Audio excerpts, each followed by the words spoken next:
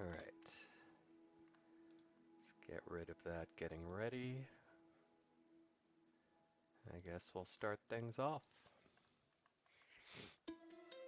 As usual for anyone watching the VOD. Start the day off by putting something out into the world, and we respond to the rest of the world after that. My two best friends are leaving for grad school in the fall. I am so happy for them, but I am overwhelmed by how much I will miss them. I don't know if I can make friends like I used to. I don't know if I will ever find anyone I love like them. What an interestingly sincere way to talk about your friends. I feel like when people say that, they always talk about their significant other or their best friends, but to actually use the term love, it's refreshing. Let's see. Grad school, though, huh? Hey, Tarragon. Yeah, I was gonna say, grad school doesn't seem as huge a leap, right?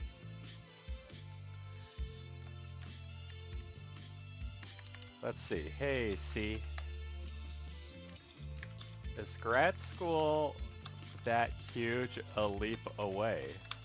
I feel like compared to undergrad or even high school, it's a relatively short time.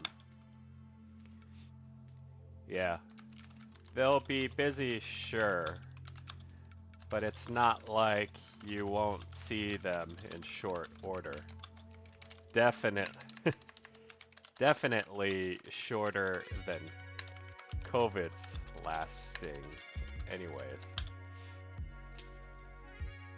Yeah, I feel like if they're in grad school and you're not in grad school, you're working, which means you probably have the disposable income and the freedom to actually make those trips.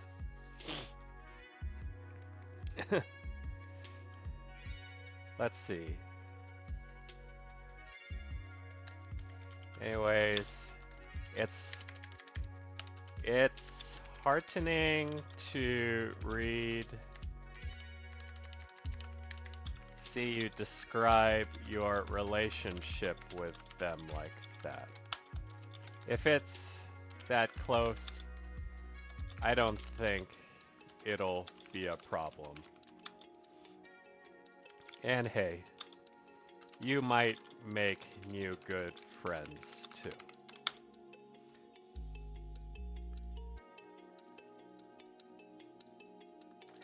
I wouldn't worry too much about it. How's your week going, by the way, Tarragon? Haven't seen you in the last couple ones. Hope you're doing good. Not getting your ass kicked by allergies like I am. Chugging along, as we do these days. When you're raised in violence, you have to unlearn violence, violent love, and self-destruction. Hey, Fana, welcome back. Noise that sounds like a greeting, but leaves you with a vaguely ominous feeling in your stomach. Ah. Eh. Let's see. This one's more of a fortune cookie message. So here's the thing. There is this option, right? But it feels kind of mean to report messages. But it's literally a fortune cookie message. Let's see.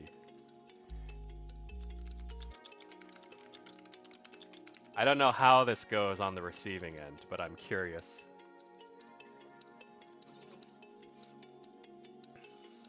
Let's see. I never felt regret before this part of my life, and now I'm feeling it constantly. Like I'm so far off the right track. I just don't feel like I fit in the place I am right now. What if I feel like this forever? I feel like I've been working and striving for no reason. Yikes. So that's a tricky one. That's kind of midlife crisis level stress, right? Because I think it's a tricky thing. I've kind of gone through most of my life. It wouldn't be accurate to say that I've lived without regrets, but I've definitely kind of acknowledged that I wouldn't be the person I am without making those mistakes.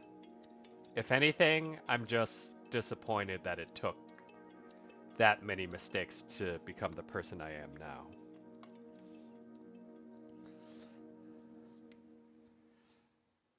Would I go back and change anything? Kind of hard to imagine, but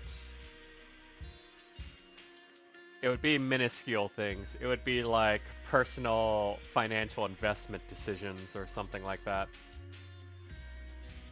I don't know. It's weird. It's a whole existential crisis. Let's see. Okay, as long as you have the motivation to course correct, you won't feel like that forever. Even if we don't feel like we're in complete mastery of our own destinies, we do have the ability to nudge things in the right direction if we try.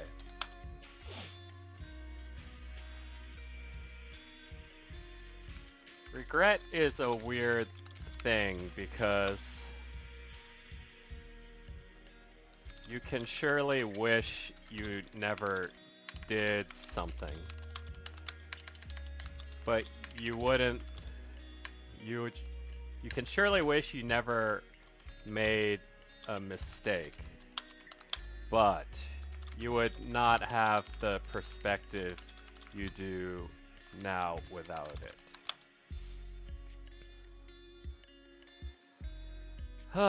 Let's see.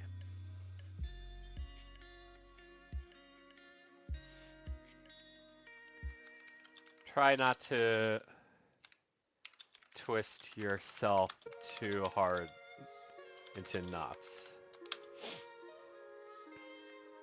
Mistakes are just as important as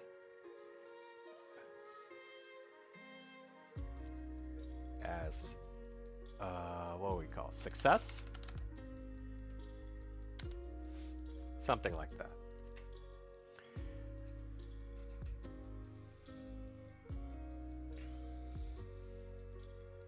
A little, maybe a little too positivity pandering today, but I do feel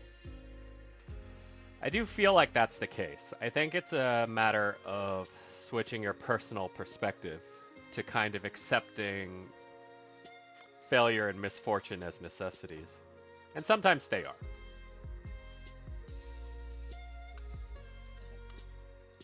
How you doing, Fana?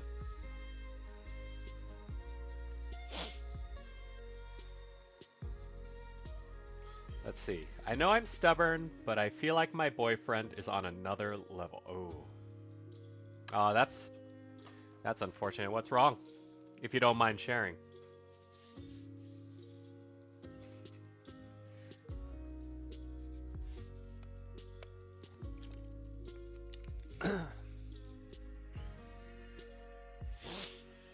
You don't have to share if you don't want.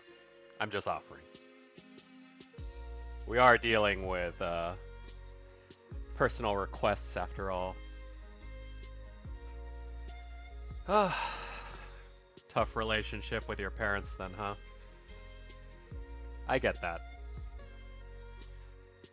It's family is one of those weird things where you could be related to someone completely disagreeable, but never be able to escape them because you're related. Or sometimes the fights are more significant.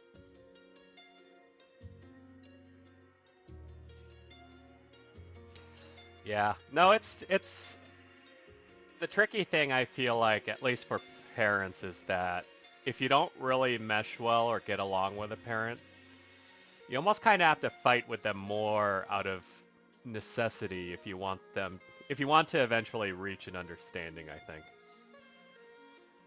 It took me a long time actually, because I used to have kind of I wouldn't say it was the best relationship with my parents. I had to fight with my mom a lot because she was super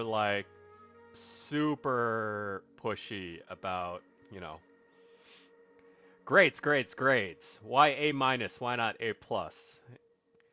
You got a B, you can't go on your trip anymore. You have to study, kind of thing. And it really came to points where I had to like yell and scream. But now we're kind of okay. We've actually reached a very good understanding. And the tricky thing is, I never got to have those fights with my dad, so we're still kind of at that point sometimes.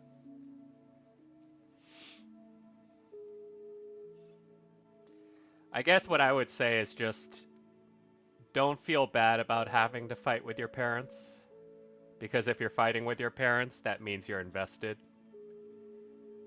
and there's a reason to fight.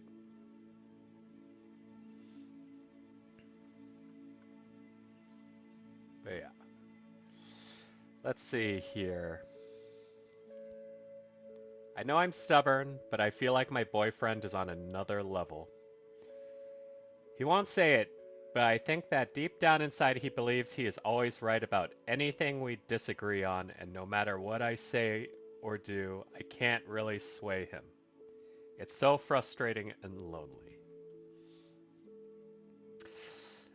So this is actually very similar to a parental argument, actually, in a lot of ways. What I find is that in a lot of relationships, and it's unfortunate because of how society kind of grooms us this way, I feel like classically, lots of women go for men who are very reliable, very commanding, very proactive, basically leaders, right?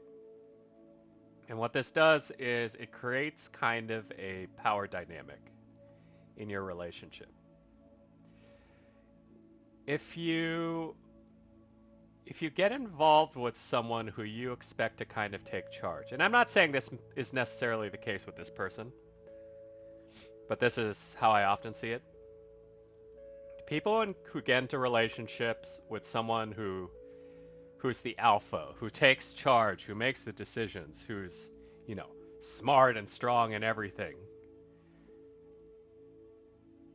How do you keep them from thinking they really are the authority figure in the relationship, right? And so the elements we find attractive end up putting us in more of an oppressive situation. Yeah, right. I mean, and these things apply to friendships as well, right? We see it kind of a lot with people who have smart or popular friends. You end up being kind of the sidekick, even if you don't intentionally mean to. It's just when there's that great a divide, that's kind of what happens, unfortunately. So how do we help them out here? Let's see. Okay. This sounds like you're experiencing a power dynamic issue. Do you find that your boyfriend is domineering in most aspects of your relationship? Does he make most of the decisions?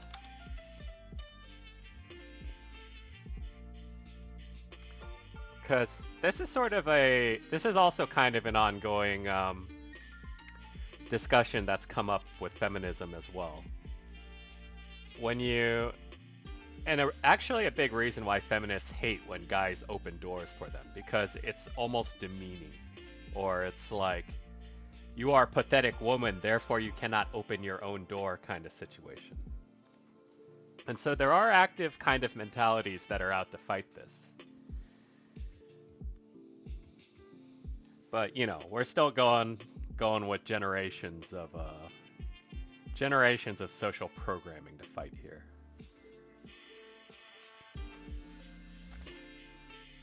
Or do more for you.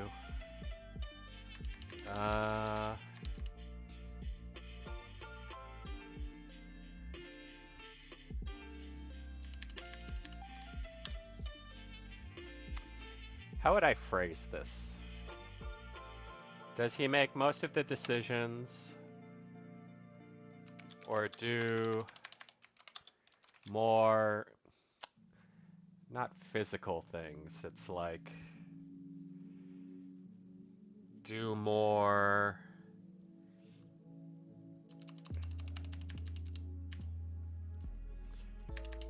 of, does he make most of the decisions regarding what you two do, or does he have a tendency to try to take care of you?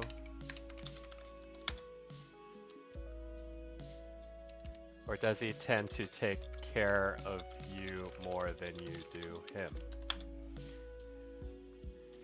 I find that when a relationship is lopsided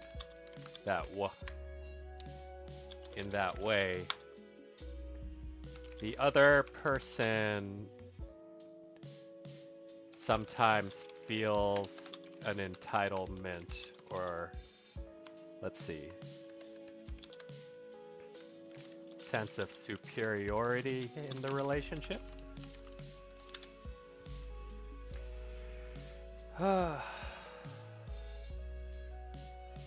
He was always right about anything.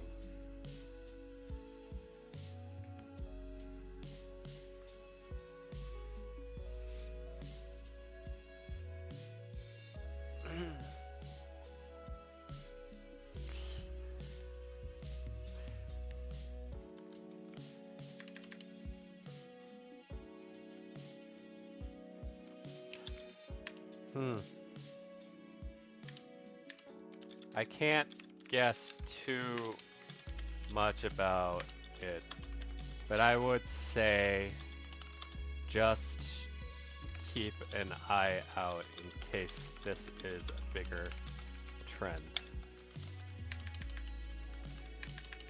You'll want to get ahead of it. No, one more. One more word.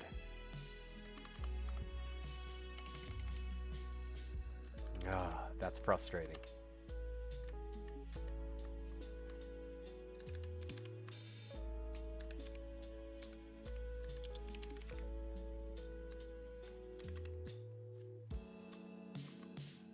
Or feels an entitlement or superiority.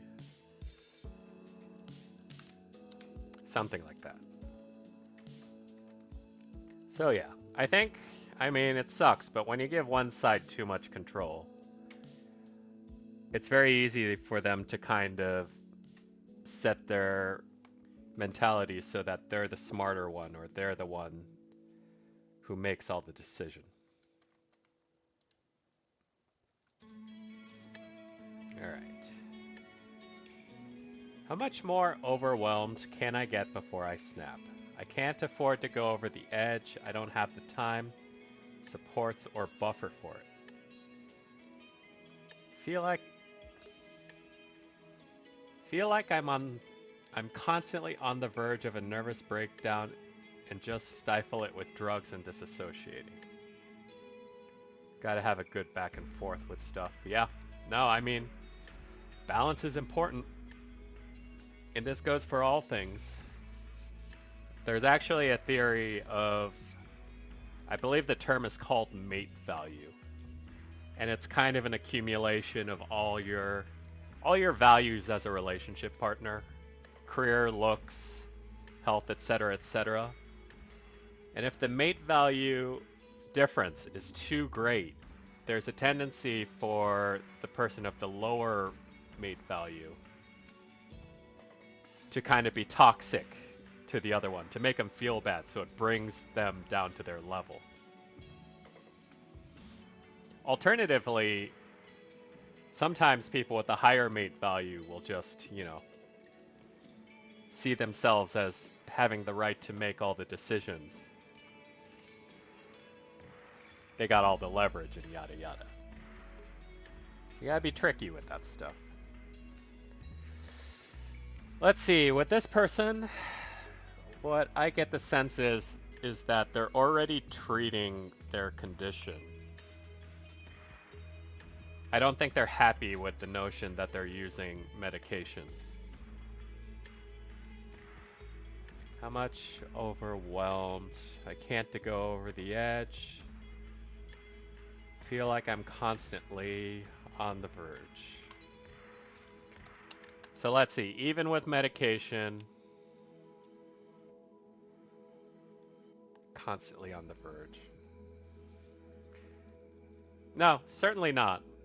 Certainly not certain whether it's the right type of drugs or not. But I think,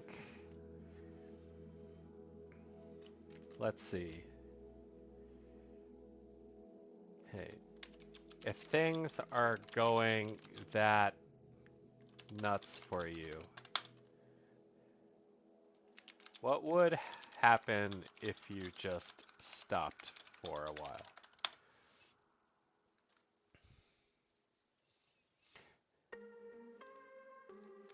Not everything,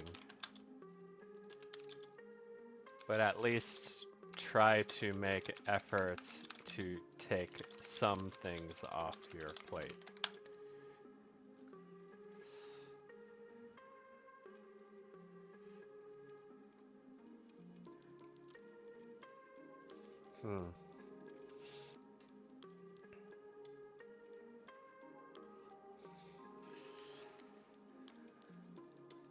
Oh boy.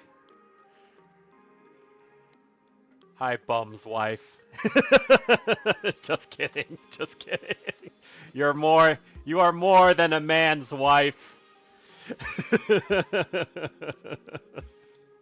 Cyberbullying at its best. Now we're just trying to think of how to address this poor person who I get the feeling doesn't have the personal bandwidth to kind of calm down. Anxiety, perhaps.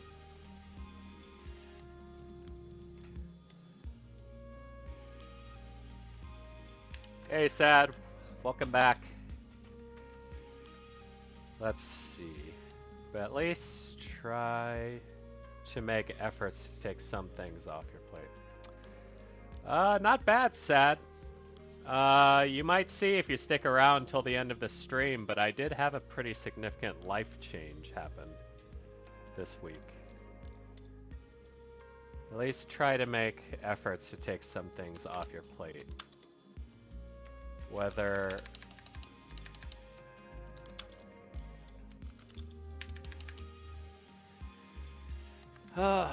let's see.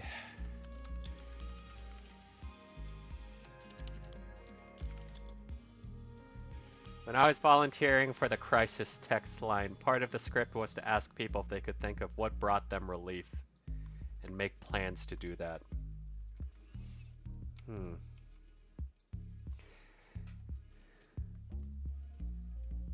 It sounds like you've got too much.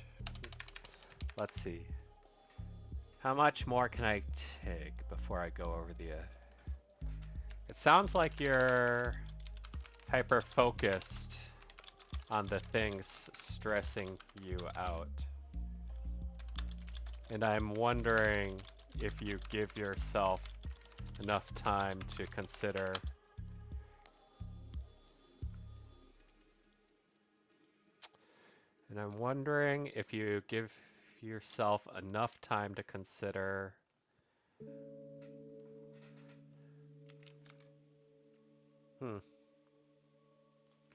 what brings you relief. No, I mean, it's not wrong. It sounds like if you're overwhelmed, it's because you're just thinking about the thing that's stressing you out, right?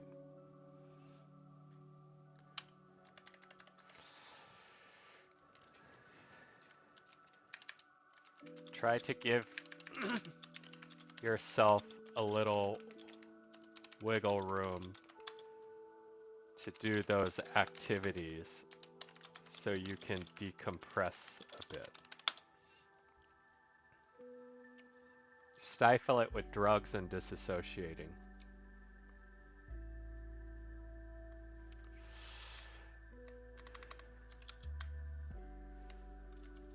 If the drugs you're using aren't prescribed,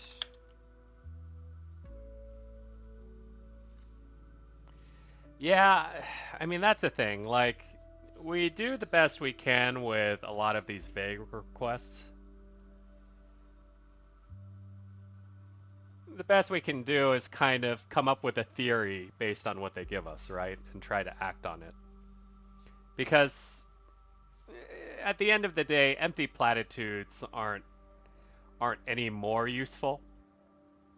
And at the least, if I give them a well thought out response, maybe it may not directly apply, but it might, I don't know, give them inspiration or something. Maybe see a specialist about being medicated properly. Food for thought. And let's give them this. I like to troll a bit, at least through the stickers, so I'm giving them this stressed out looking can of soda that would probably explode if you opened it because it is overly carbonated. Alright, let's see. Recently there's a thing to get passed in my state that would ban people under 18 plus from transitioning or getting hormones, anything gender affirming, etc. As a trans guy who's only 15, it's really scary because I don't know what I'll do if it passes. Just scary times. There's already a case over there. Yeah, no, I mean, it's crazy, right? Unless you live in very specific regions, at least of the United States. I don't know how it's being handled internationally, but we're, land of the free indeed, right? Ugh, F. I'm sorry to see that's how it's going in your state.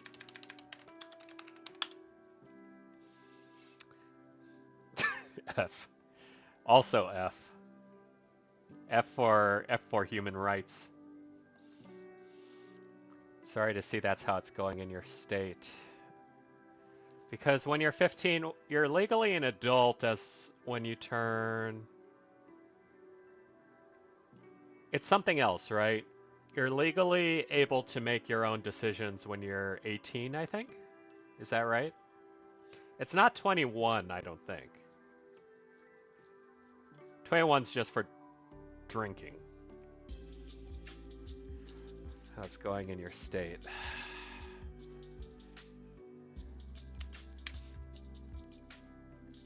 You're like not a person before then, yeah. Let's see. It sucks, but it seems like you're a slave to the system, at least until you turn 18. There wouldn't really be anything stopping you from crossing state lines at that point, right?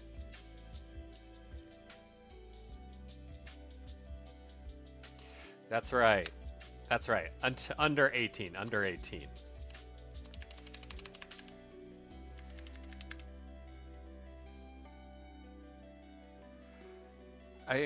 Do they have the support of their parents? Because it feels like... Yeah, when you're a minor, right? Like, even having any sort of transitioning treatment, at that age, I feel like you need parental assistance for that. I can't imagine anybody, like, being able to afford that on their own at that age.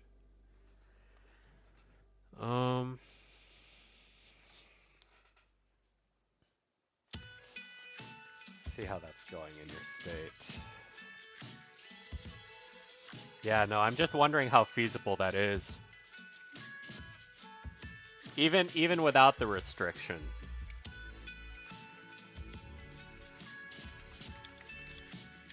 Without the restriction, is it a feasible option for you financially?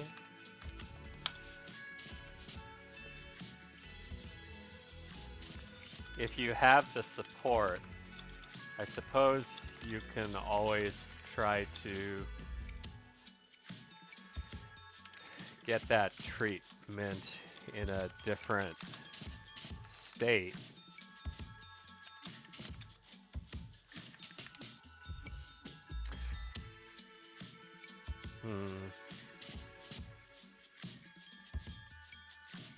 There's only 18.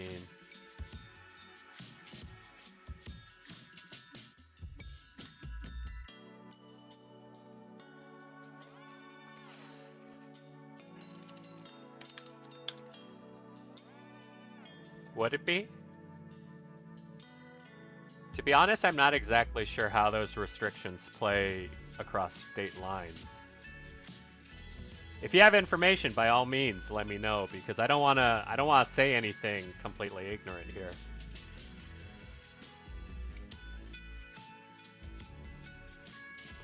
I mean, it seems like either way, if he's going to try to transition before he's 18, he'd run into the same hurdles elsewhere, right?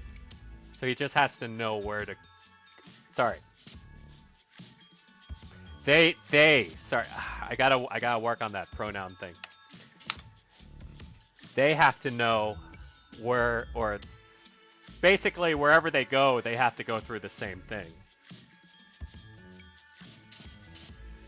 They just need to know where to go in order to do the transition before 18.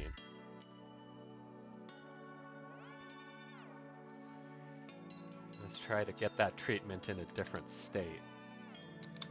Since you need consistent access to hormones if you start. Oh! That's right, so it's not like a one-time situation.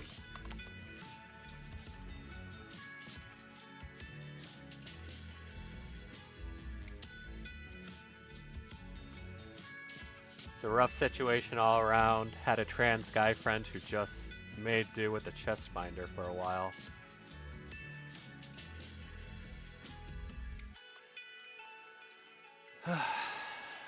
Even without the restriction, is it a feasible option for you financially?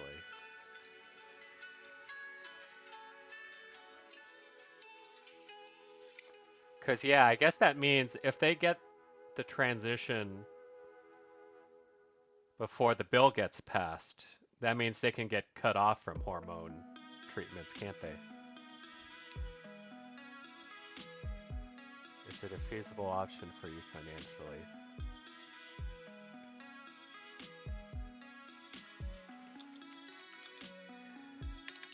It sucks, but if the bill is still up in the air, you may just need to wait until it's decided before taking any.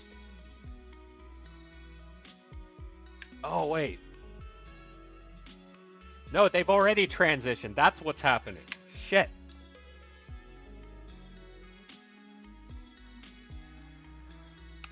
Fuck. No, it's even worse than I realized. He's a trans guy. So he's already a trans guy. He's 15. So if they get the bill passed, he won't be able to get hormones. That's what's happening here. Holy hell, man. Like, so then you just slowly revert, I guess, is the idea.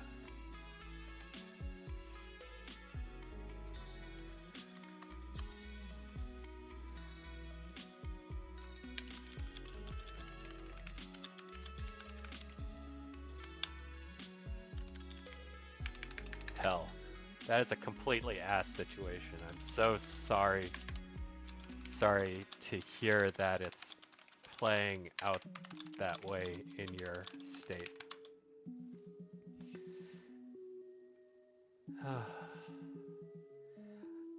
I mean, Fana, it's kind of true, but at the same time, knowing how the government likes to operate with these things, yeah, like American laws are a little weird, especially when you consider how things have gone for like the anti-abortion laws. I don't think any of us can really count on the government being that well thought out about the long-term consequences of such things. Yeah, like if he's already transitioned and they're cutting off the hormones because he's under 18, then I can't see American healthcare or the government really taking that under consideration and being like, oh no, we might be fucking them over now as a result.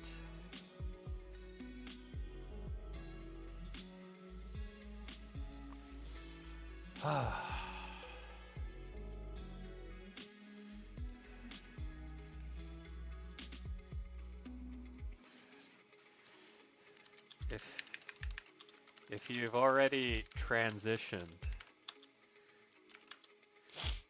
and can't afford to have the hormones withheld due to your age. It might be worth consulting a legal professional.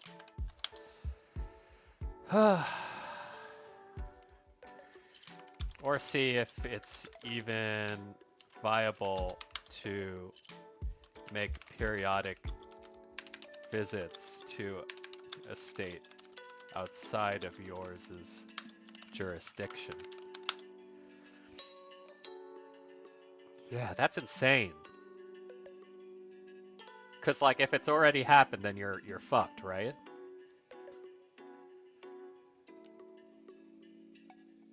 Make periodic visits to a state outside of yours' jurisdiction.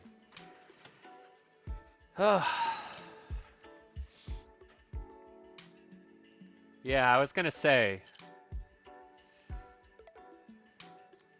if your parents have been supportive of this so far, I'm hoping they'll be able to help you along if the worst happens. Oh God. Yeah, that's crazy.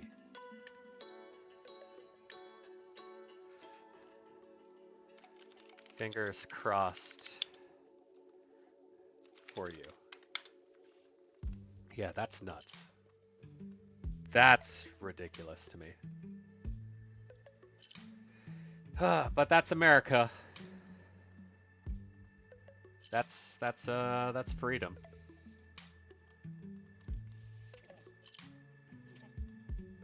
All right. Next one. 27 female. The majority of my friends have a partner, and it makes me so lonely and envious. I haven't dated anyone in years, and still feel like I need to work on myself before. I really miss that connection you get with someone. I miss cuddling and everything else too.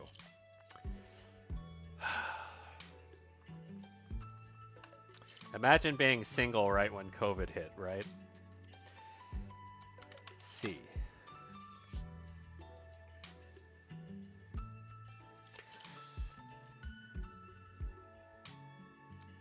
Late 30s person here, but I completely understand where you're at.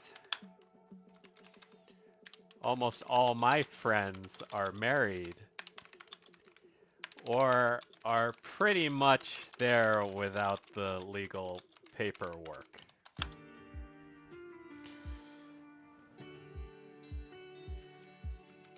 To be honest, I never felt quite ready to, feel like I need to quite developed enough to date until I hit my mid-30s. She's just like you, right? She's like almost everyone in their late 20s, I feel like. I don't know. I feel like most people when they hit their late 20s, they have that situation. Well, no, that's not true. Not most people, because statistically, I think a lot of people in their late 20s are dating,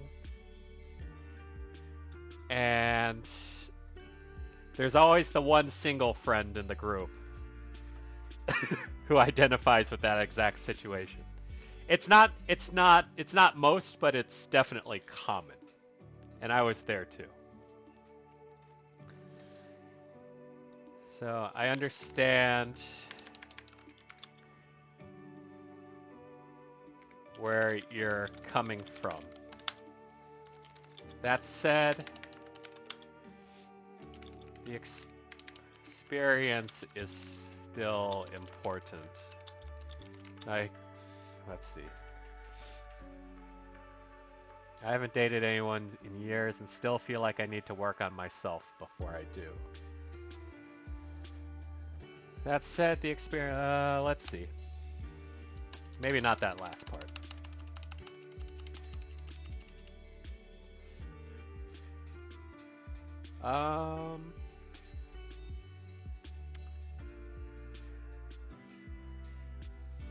So what to say from here? Because to be honest, I, as a single person, have not heard any sort of thing that made me necessarily feel better about not being in a relationship.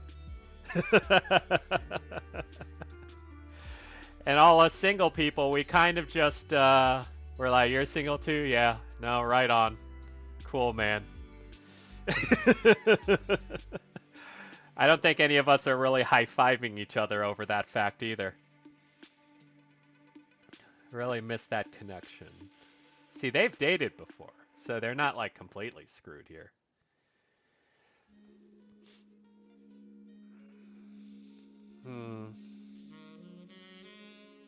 Let's see.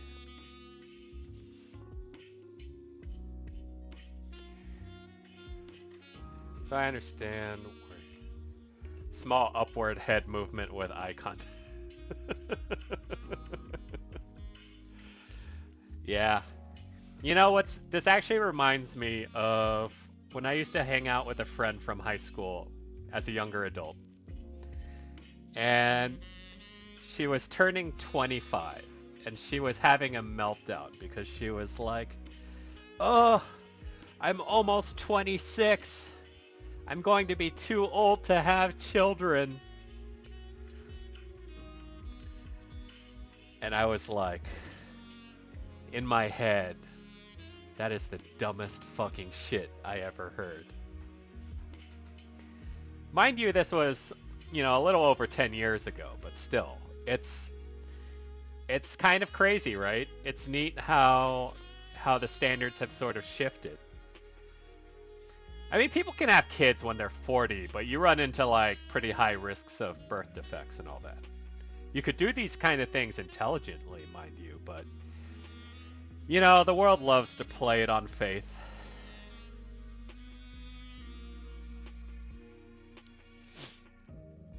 Really don't? I don't know. I kind of think I came out a little off because my parents had me later in life. But that's the speculation anyways. But my point being, how crazy is it that like 10 years ago someone would turn 26 and they'd freak out about that? And here we got a 27-year-old who's like, I need to work on myself before I date. Like crazy development on that front, which, gives me a little more gives me a little more hope for humanity. The younger people will have this perspective going forward. Skillet's more well-seasoned later in life. It is true. So what I'm stuck at is, what can I say to this person to make them feel better? Because once again, single people who commiserate with each other, it's not uplifting. It's not the most uplifting. I mean, it's nice to know that we're not the only ones, but we've always known that. We've always known we're not the only single people in the universe.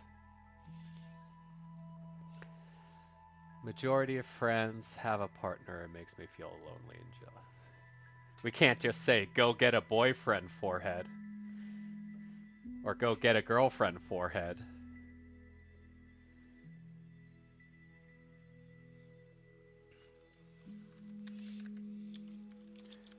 Applaud your sense of discipline.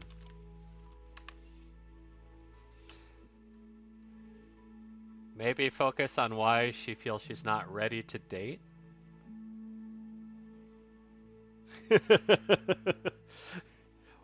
Bum's wife, you have no right to counsel us single people from your ivory tower of relationship.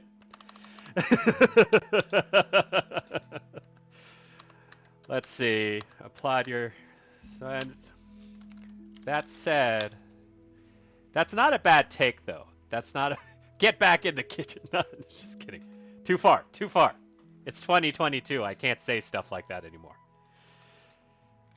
That said,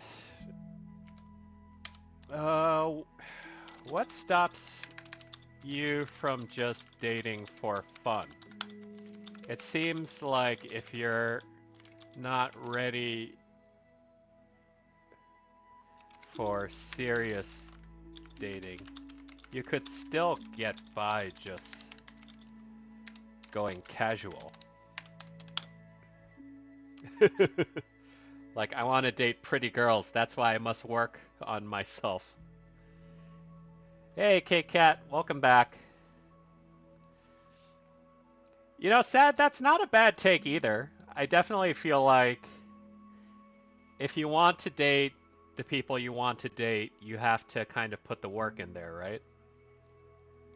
Kit Kat, it's going. We're trying to help this lonely person feel less lonely, or maybe shift their way of thinking. Let's see. It seems like if you're not ready for serious dating, you could still get by just going casual. Not every relationship has to be a super committed one. Food for thought. And that's the other thing too. I was gonna say, there's kind of this stigma that, like, you have to date seriously. You have to date for marriage anytime you're, just trying to have a relationship. And there's nothing wrong with doing it for fun as long as that's, upfront and clear. Just date for fun. Then you can have all those benefits and still work on yourself. Is what I would think anyways.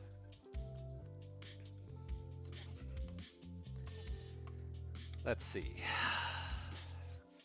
I'm sure there are others. Oh god, wait. Okay, there's some punctuation. I was gonna blow a gasket. I'm sure some others feel this way who just feels or enjoy acting cute. I don't know if it's just my taste or my aesthetics. I don't know if it's just my taste and my aesthetics merges into how I behave and act. Despite having a very chaotic and loud nature, I'm very...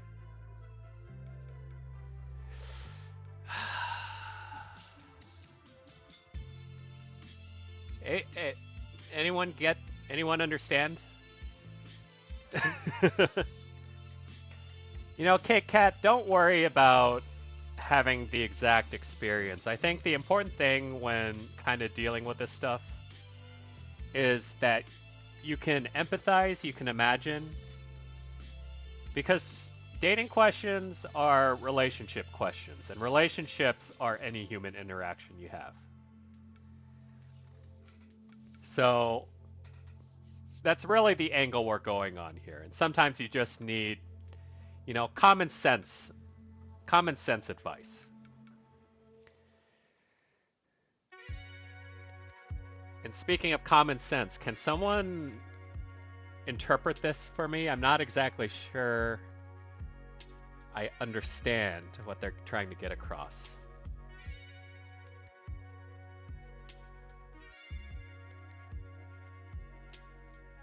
Fana? That's what you're getting from this, Fana?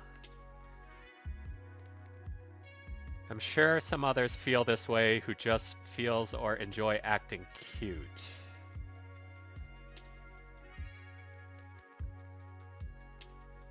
Can't even get angry at someone if I wanted to be. I don't know if it's just my tastes and my aesthetics merges into how I behave and act, despite having a very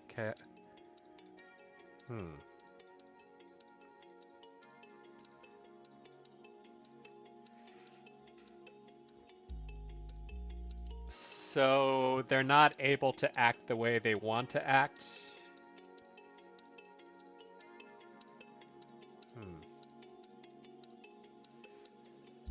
or the way they execute comes off contrary to how they want to be or how they want to be perceived. Something like that. I want to be a cute, lovable girl even though I can't smile.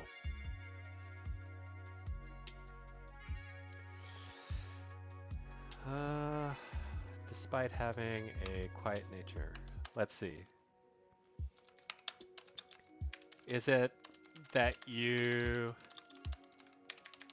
want to be a certain way, but in execution,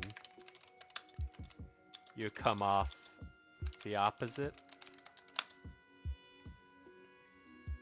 Despite having a very chaotic and loud nature, I'm very quiet and reserved. You want to act a certain way,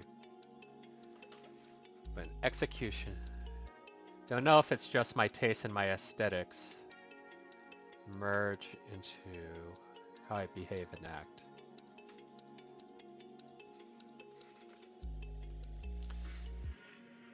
Haven't you ever put up a facade rather than your real self out there? Well, that's the thing. I'm wondering if that's what this is, or if it's wanting to present yourself in a certain way but being unable to, right? Because I would say I definitely fall into the former, or the latter, sorry. Have you ever put up a facade rather than your real self out there? I mean, not...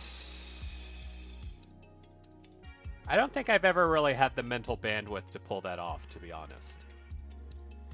To put up a facade, I can sort of downplay myself, but that's not exactly the same either. Merges into how I act or behave, despite having I'm very quiet. You know, I may not be able to respond to this one, to be honest. I think I'm just too uncertain of the meaning of it. Let's see. I'm not currently deserving of love and affection. I don't really remember a time when I ever was. I'm thankful for those around me who found a way in their life for me. I hope when it's all said and done, their decision will have been worth it. Interesting.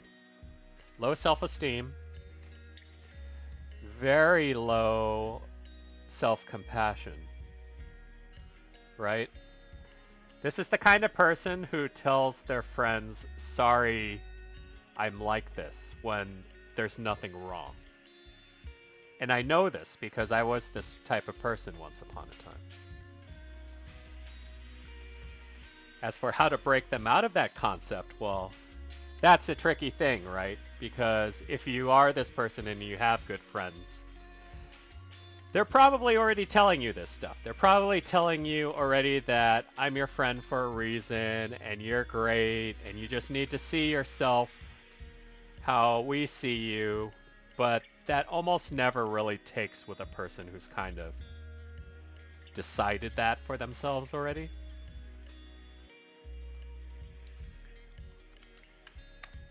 So what's tricky is,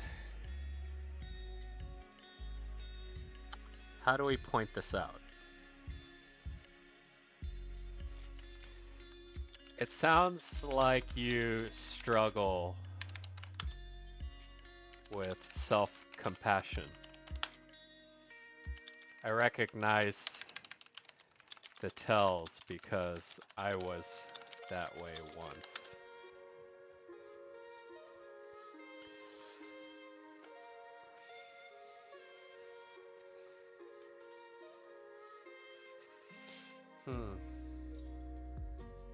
Don't really remember a time when I ever was.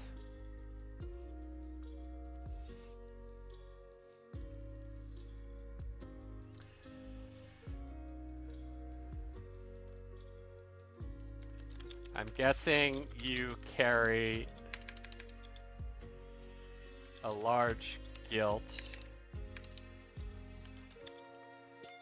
or have developed a tendency for self-blame.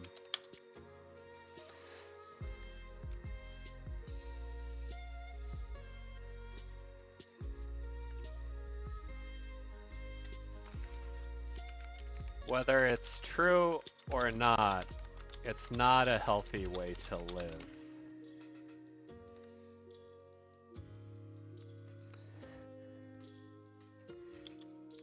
And I would recommend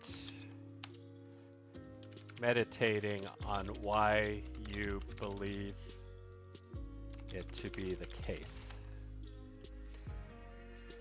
How do you tell one that people in there do care when they don't believe in, when they themselves don't believe it? I mean, here's the thing, Cake Cat.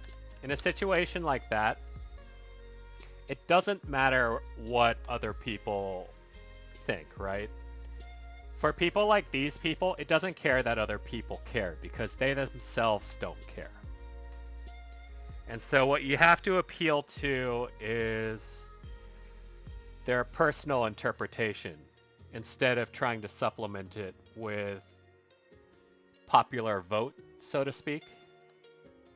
Not to devalue the opinion of your friends, but it's about them getting them to kind of rotate their perspective a bit.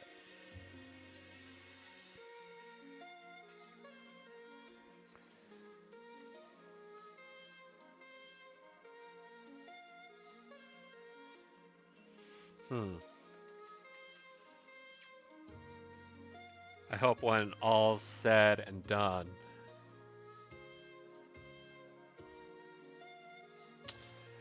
their decision will have been worth it.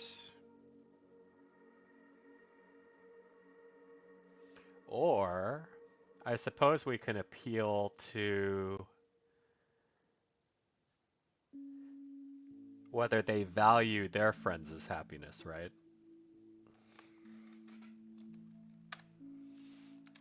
Also, if you're concerned about your friends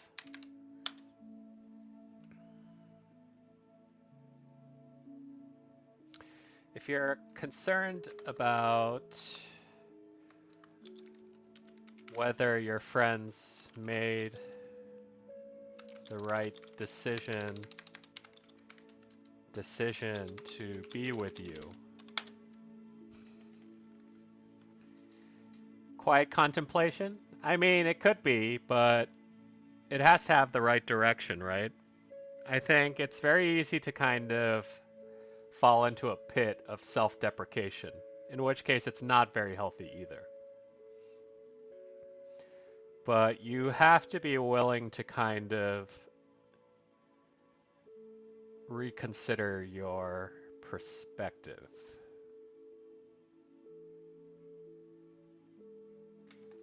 Friends made the right decision.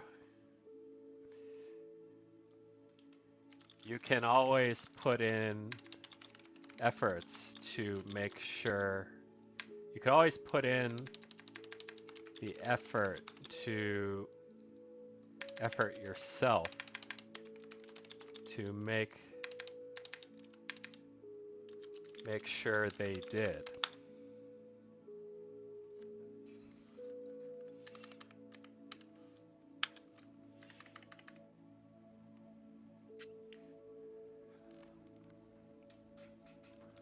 The best thing you can do is reconsider your self-worth. God damn it, self-worth. No period. Something like that. We'll give them this waving person. Yeah, self-hatred is a tough one. And personally, I had to go to therapy to really become properly aware of it. Let's see. What do you do after hurting someone? I want to stay away from this guy to work on my mental health, but he texts me every day. I can feel he's losing trust in me, but he says he still appreciates me. I feel so ugly, I don't want to hurt this precious guy.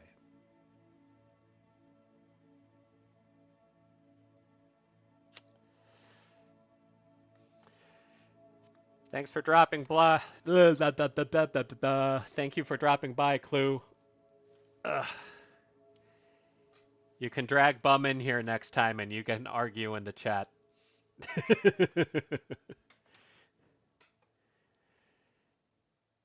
Let's see. I feel so ugly. I don't want to hurt this. So similar situation here, I think.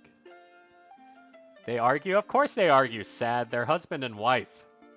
What kind of married couple doesn't argue? I'll let you in on a little secret. Bum likes to mansplain his wife and it drives her nuts.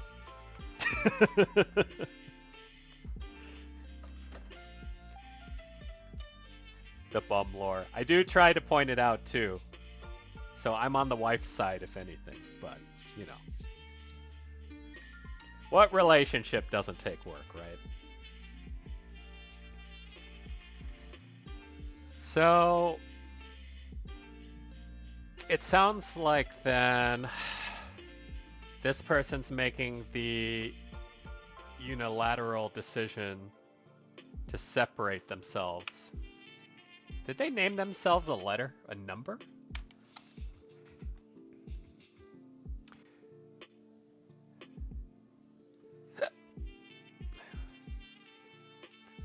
Work on your mental health. So, if I'm interpreting this right, it sounds like you made the decision alone to give yourself some space because you don't feel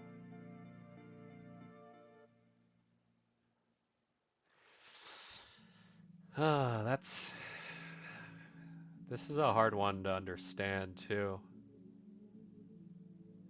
because you don't feel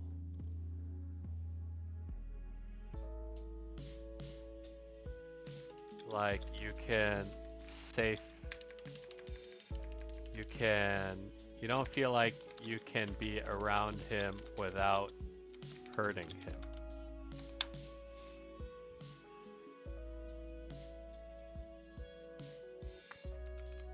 Does he understand this or where you're coming from?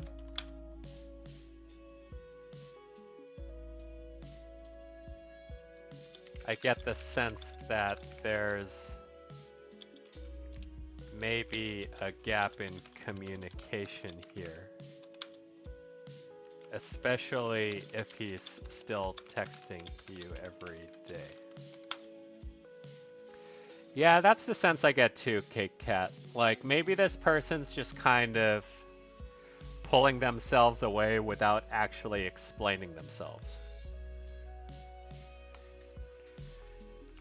Does he know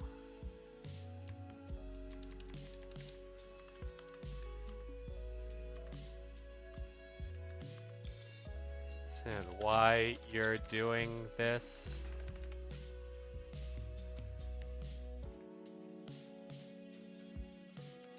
If you don't want to hurt him, I think the simplest?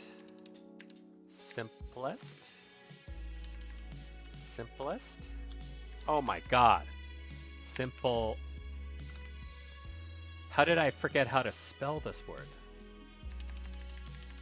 Most simple solution would be to have a straightforward discussion with him. Sometimes you just need to do a straightforward push here. Be honest, like Honest Abe.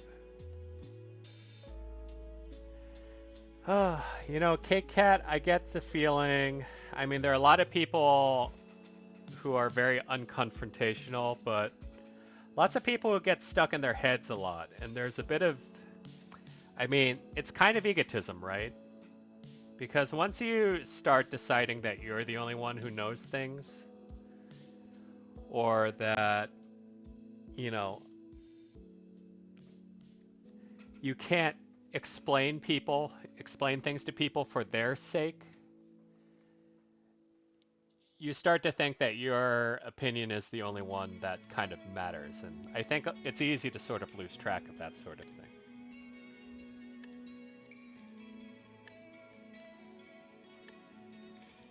I that Bright Eyes track where Connor Oberst is drunk and self-conflicted about enjoying being the center of attention and despising it. Ugh. Whatever. I just turned down the chance to stay at a live-in facility to help me become a functioning member of society, which I really need. All because my autism won't allow me to be in the setting they expect you to participate in my brain. Hate my brain, it holds me prisoner.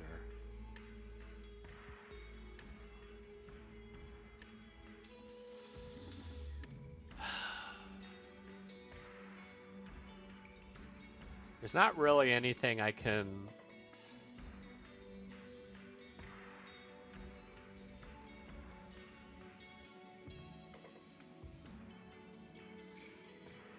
There's not really anything I can add to this, unfortunately. Autism won't allow me to be in the settings. That kind of thing. Yeah, I don't have enough perspective for this kind of situation.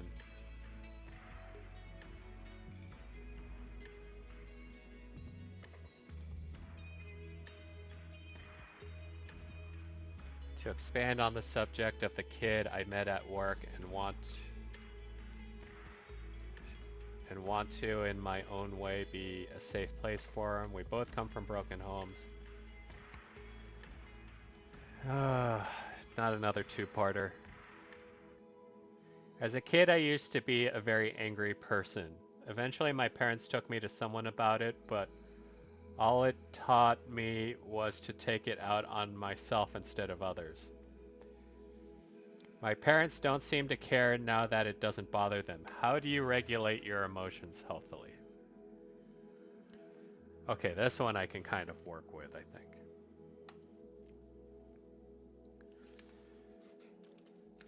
Let's see. As a kid, used to be a very angry person.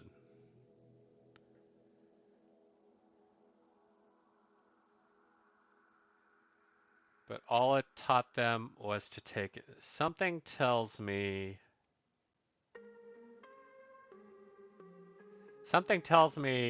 their parents didn't take them to a therapist. Taught me was to take it out on myself instead of others. How do you regulate your emotions healthily?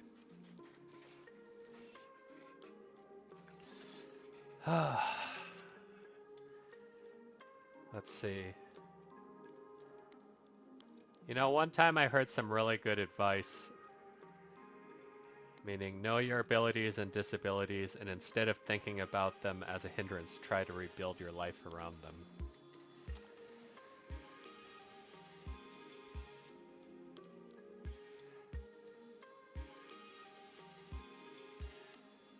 Parents don't seem to care now that it doesn't bother them. How do you regulate your emotions healthily?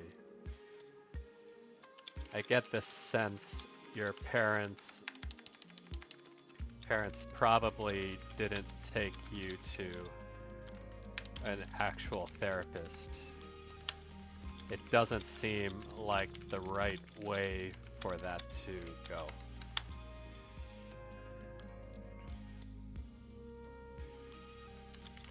I would say if you're open to it as an adult,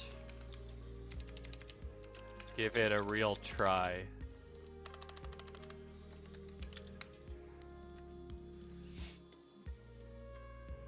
Because self-directed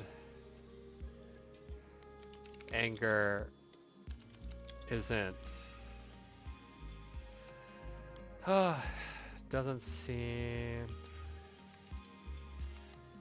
Give it a proper try. I had a lot of self-directed hatred in the past, and therapy taught me to balance. Wait, what the hell? What the hell is this?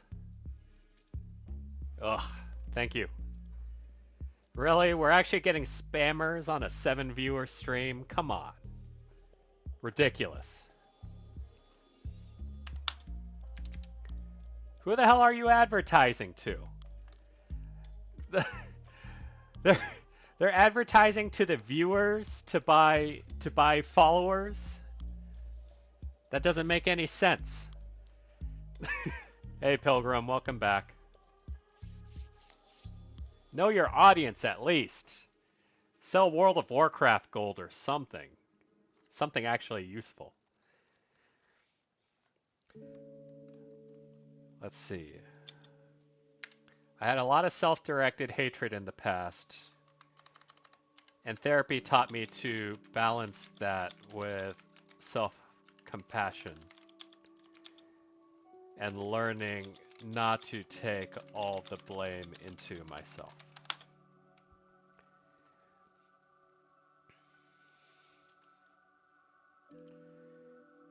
Let's see. How do you regulate your your emotions healthily?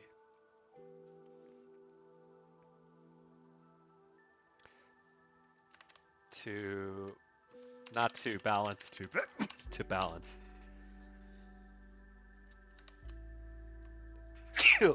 Oh my god. Allergies are killing me.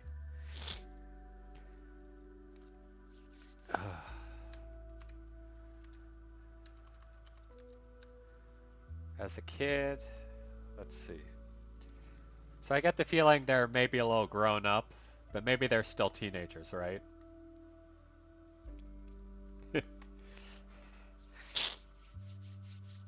Learn not to take all the blame into myself. If you're still a student, maybe consider seeing if your school has a counselor.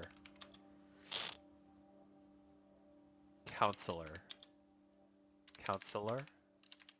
God damn it. Counselor. Or some sort of mentoring resource.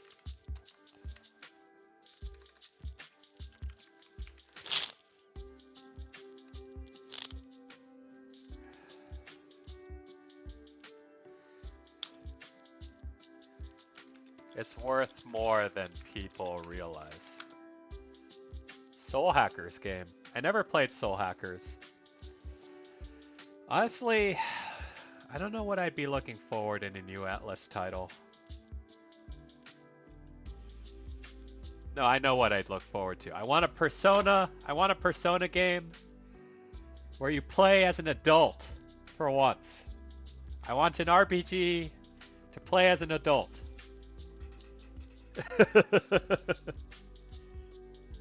Literally never. No, it's true. We've discussed this. Anime characters are only allowed to be heroes if they're under the age of 18. It's a sad reality we all have to accept. But that's just the way of Japan, sadly.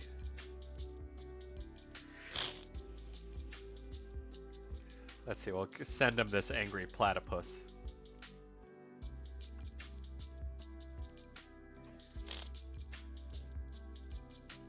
I don't know, hard to say what to really look forward to on games on the horizon. Persona 4 Arena next month, maybe. We'll get back to fighting games for a little bit. We'll see. Elden Ring is coming out this week. But I don't think that's really a stream game for me personally.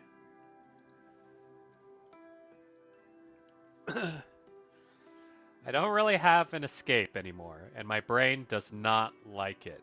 I used to talk to friends, walk to a river, etc. Things to distance myself, but I don't have those anymore. Hobbies don't do it, I don't have friends, and I'm rabbit holing into school. Yikes. Yeah, Pilgrim, I mean, that kind of stuff isn't for everyone. It's hard to really figure out what a good viewer engagement game really is. You know, aside from helping people with their personal problems. So let's see. Sounds like this is a person who recently had their life uprooted. They used to have friends, but they don't anymore. And they're still in school.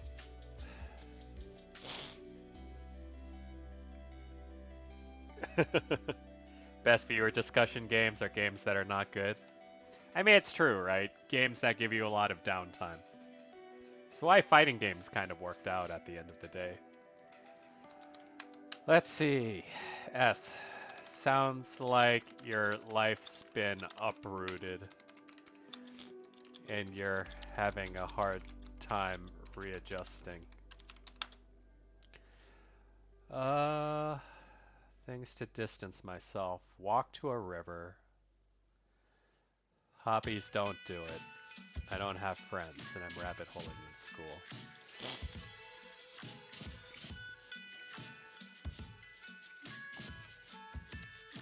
If you can't find the things you need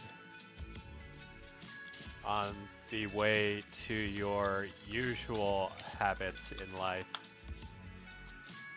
you can always look outside of school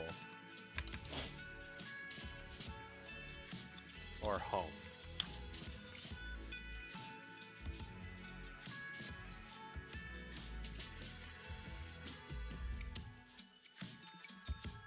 You can always look outside of school or home. What can a student do? Volunteer work, obviously.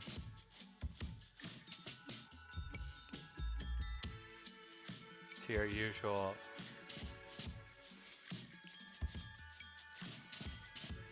Community activities, or even volunteer work are good outlets to change things up. I'm gonna head out. Have a nice day, night. Later, Kit Kat. Thank you for dropping by. Community activities or even volunteer work are good outlets to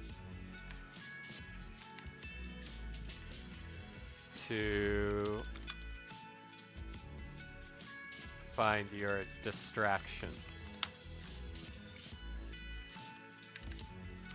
You can usually find those at public parks. Become an anime protagonist? No! No, Kit Kat, no! Becoming an anime protagonist involves dying and getting isekai. We don't endorse that. We don't endorse that idea.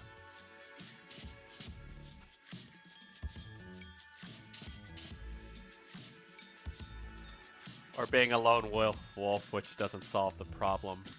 You usually find those at public parks.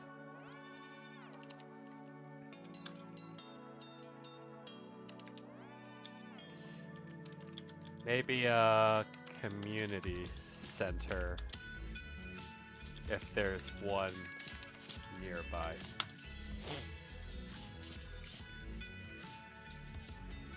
No, Truckhood is waiting for me to send you on an adventure. I forgot Truck-kun was a bit of a meme, huh? Every anime protagonist was getting run over by cars for a while.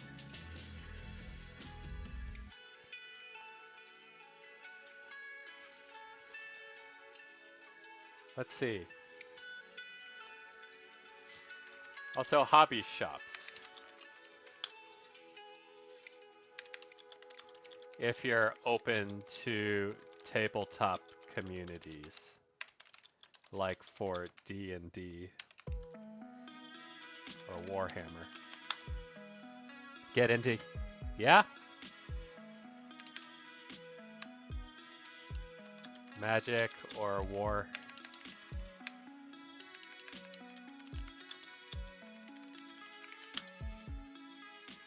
I'm not going to advise Yu-Gi-Oh! I want this kid to develop into a proper functioning adult in society.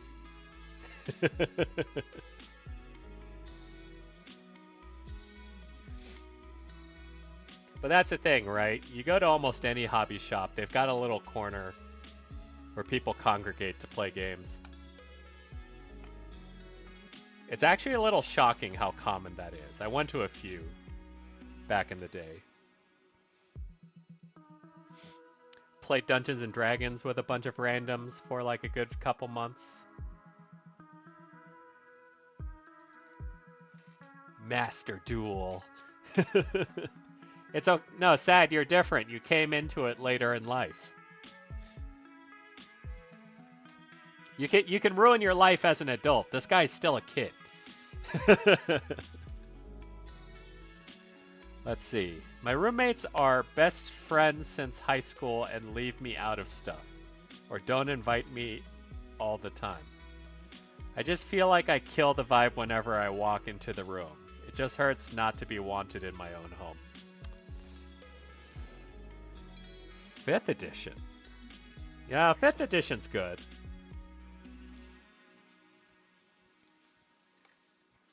Just be glad you didn't join during 4E. That was a horrible time. We don't talk about Dungeons and Dragons 4th edition. Let's see. Kill the vibe whenever I walk in the room. It just hurts to not be wanted in my own home.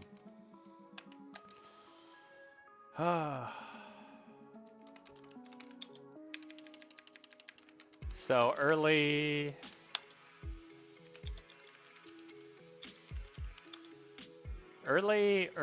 adulthood maybe, because to have 2 additional roommates, I feel like that's not really a college dorm situation. Let's see, R. Roommates are a tricky thing. Just be glad you don't have shitty roommates who are late on rent, never take out the trash,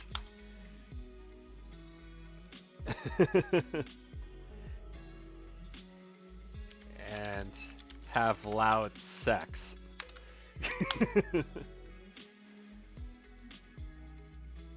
You used to have a roommate, didn't you? Oh, yes, that's right. You remember roommate, don't you?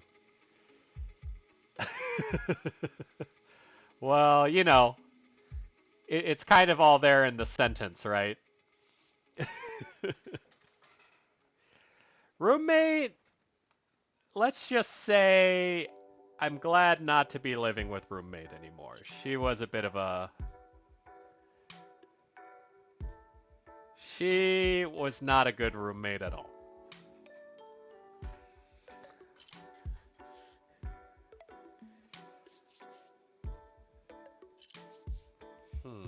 Let's see. As long as you have an active life outside of your home, there's nothing wrong with just sleeping at your place.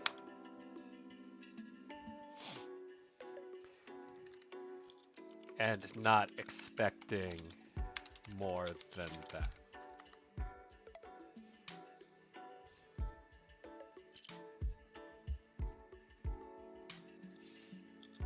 So what if your roommates don't invite you out? Just go out on your own then.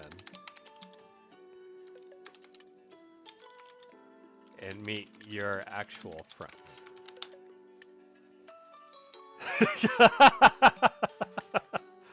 sad. Oh my god. Sad.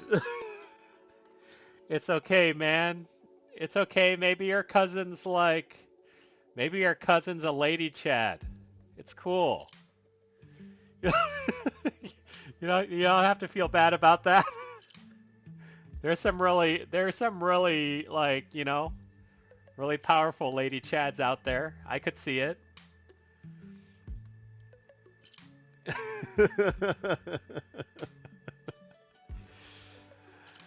uh, more power to her. After all the historical, after all the historical repression of homosexuality, I think your cousin deserves it. It's actually kind of funny because my brother is a gay man, and he used to give me so much shit because he's like, "You're single, it's so much easier for you. You don't know how hard it is for me." And then like a year later, he's like banging dudes every week, and I'm like, "You fucking motherfucker."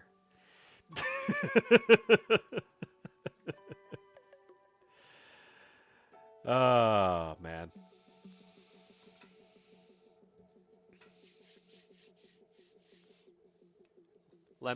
Oh, is there never a dull Lemon Thunder? That was quite the timely moment for you to appear. I mean, it's a weird take. I almost feel like it's hard to feel sorry for the homosexuals at this point in society. They're doing pretty well.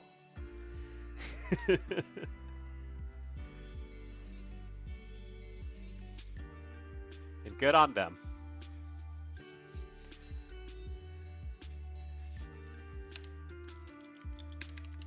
And then replace your current roommates with actual friend roommates.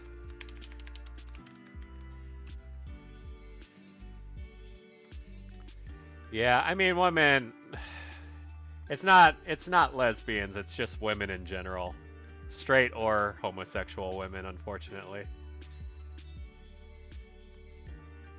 Some things were still not passed. I'll give him this mischievous sounding dinosaur. Alright. What is something you do to keep you a person? That was a head tilt. I silently tilted my head because I was wondering what that meant. Lately, my friends have stopped caring for me at all and go off on a group. I feel alone. It feels like my morals are slipping. I am very opposed to things like violence, but it feels like I'm starting to care less. Any answers okay? Something you do to keep you a person. Drink water. Yeah, this is very melodramatic, right? Like, I feel like this person's falling into their emo phase. This guy feeling Anomi really bad if he's like violence rules.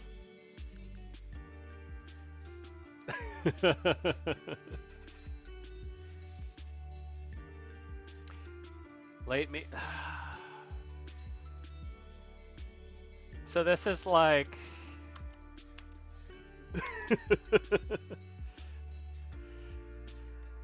This is basically. Yo, fuck this life. People don't care about me. Why should I care? Kind of anarchy feelings, right? I'm opposed to things like violence, but starting to feel like I care less. How would we say? M.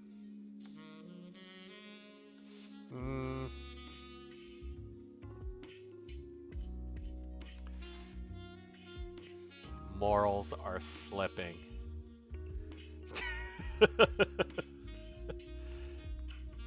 Yeah, no. Nothing repairs your relationships like physically assaulting people. It is an apathy problem. Sounds like you're... I get the sense it's more about apathy than just degenerating into a bad person. Lately, your friends stopped caring and going off on a group.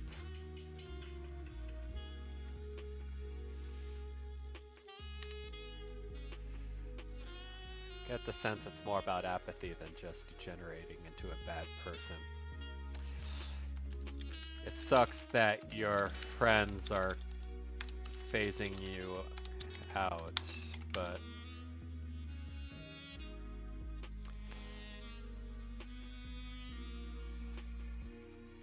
that kind of thing isn't really the end of the world. Take it from a dude in his 30s running out of friends.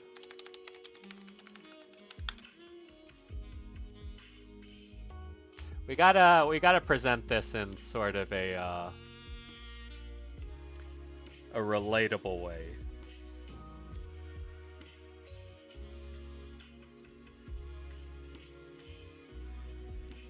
Running out of available friends. It sucks that your friends are phasing you out, but that kind of thing isn't really the end of the world. Yes, boomer. You know, it's not so much to say, you know, I'm old and therefore I'm an authority. I'm just saying, like, this shit happens to you when you're old too. It's really what I'm just trying to get at here.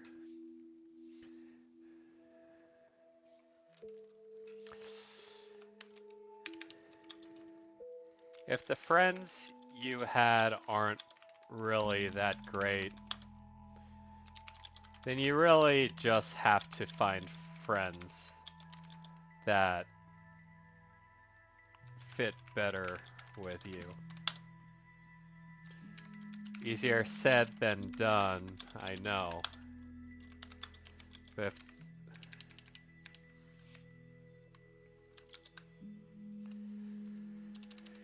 But sometimes you have to get creative with these things, especially when school isn't a crutch you can rely on. Let's see. Try clubs.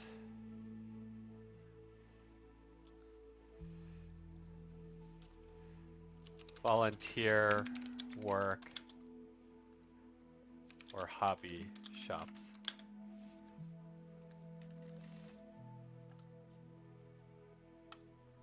See, I'm bringing it back here. I'm saying that because I'm old, I also can't rely on school to make friends. Yeah, I know, it sounds ridiculous. But, I mean, the principles are all kind of the same. I think when you're younger, it doesn't occur to you that your life can kind of exist out of your kind of preset habits, preset schedule, routine. And so I'm just trying to throw that out there.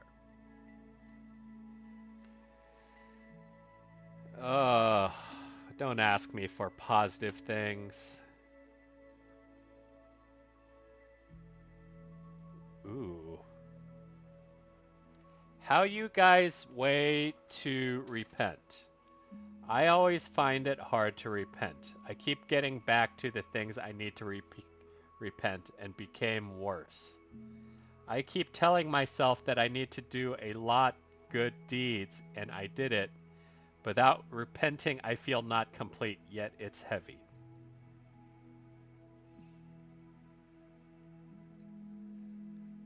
Oh, damn, Fana. 18, huh? That's a tough time. See, Lemon, here's the thing. You don't repent by finding God. You repent because you already found God. That said, as someone who grew up religious and was super into the repenting, like, seriously, if I had that fucking barbed whip, I would have been whipping myself on the regular. Catholic alert. Yeah, that's the sense I get, right? Now I might be tryharding a little too much with the psychological profiling, but I get the sense. Yes, born guilty, deals with sin a lot, and has a hard time getting over it because of things like, say, masturbation, for instance. If he's a teenager, I'm assuming it's a he, by the way. If they're a teenager and they discover masturbation and they believe it's a sin because religion will tell you it's a sin, that's a really hard thing to drop, no matter, because you got your hormones screaming at you to do it. Ain't no one saying they're repenting unless they were religious and the binding of Isaac Fiend. The other thing, too, is their English. You can't believe how many religions are anti-masturbation. Aren't they all anti-masturbation? Maybe not Buddhism. But from what I hear, that's more philosophy than religion. But yeah, the broken English, that has me thinking religious Asian, possibly. And those guys are crazy. If you ever hear at least a Korean church, they're like wailing. They're like, oh, like they're I'm so sorry all the time. But then I'm gonna walk out and drive my Lexus and BMW home. Like, there's a weird sense of, like, over-exaggerated piety when you're inside the church, but not outside of. Let's see. A.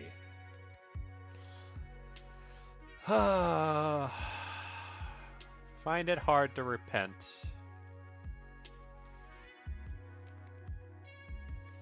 God, how do I...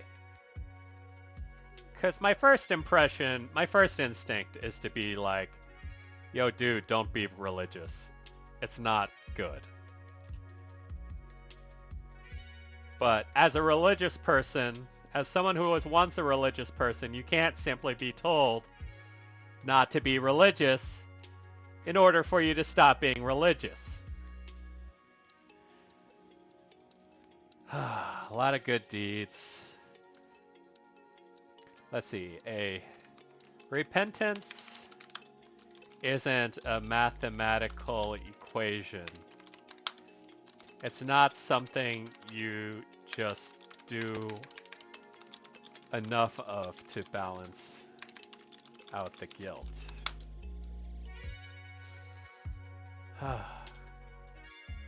I can approach it as repentance in a general sense.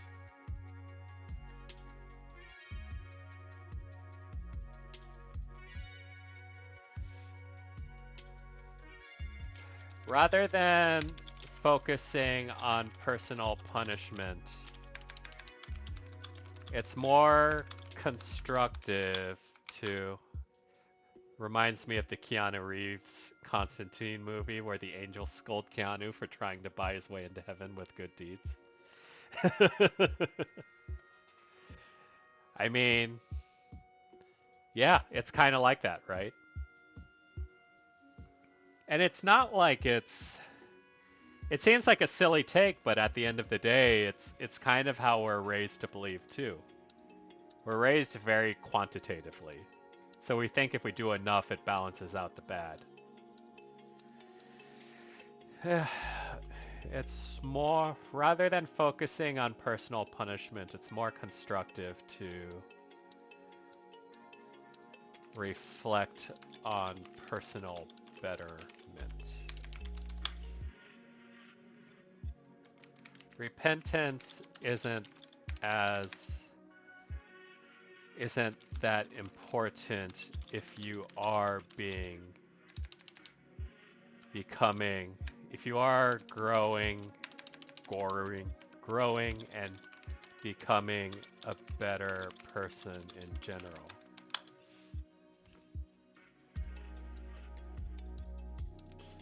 Keep telling myself I need to do a lot of good deeds.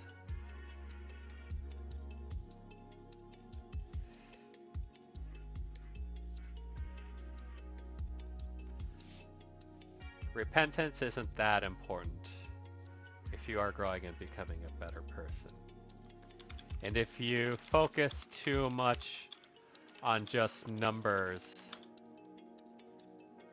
you're probably doing good deeds for the wrong reasons. Tell him this is a trial, you will always be guilty.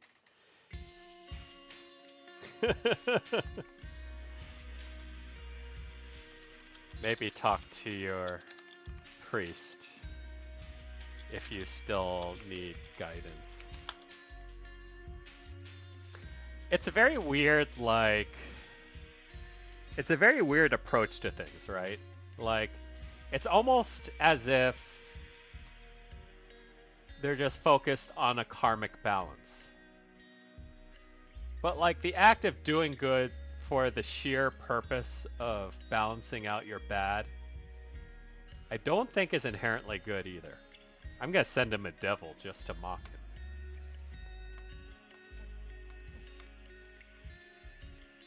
Carbon offsetting. No, seriously. It's like, how do I reduce my sinner's footprint? Hey, when I'm under people, I'm always nice and decent. But when I'm under people? But when I am home at the end of the day, I'm really angry about myself because I actually hate them all. I actually just want to be alone until I found my people. It feels like I hate all of them but 2 or 3?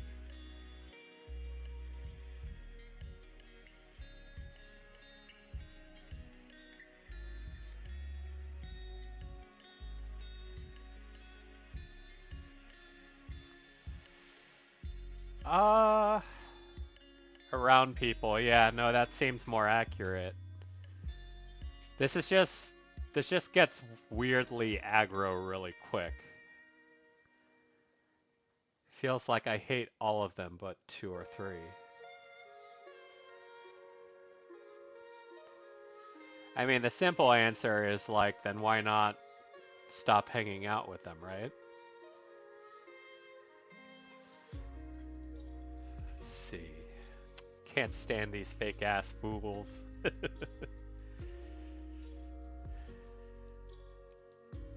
But when I'm home, I'm really angry about myself because I actually hate them all.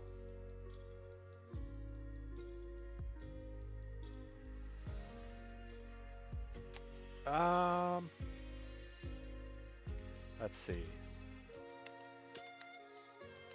If you actually hate these people, you shouldn't feel obligated to be around them. Even if you still want to hang out with some of them. You could always call those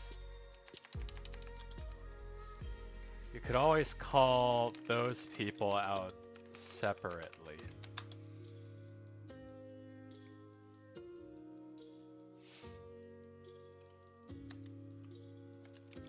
If you feel like you have to do it to keep up appearances, that's honestly overrated. Popularity is honestly overrated. And I think you'll be happier with yourself if you don't force yourself into these kinds of situations. At the end of the day, I'm really angry about myself because I actually hate them.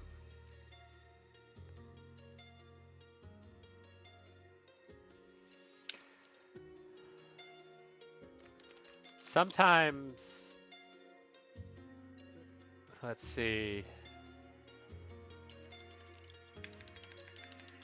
meeting crap people is part of the friend finding process, though. Don't get too worked up over it. Yeah, I don't know. It's like... That's weirdly aggro all of a sudden.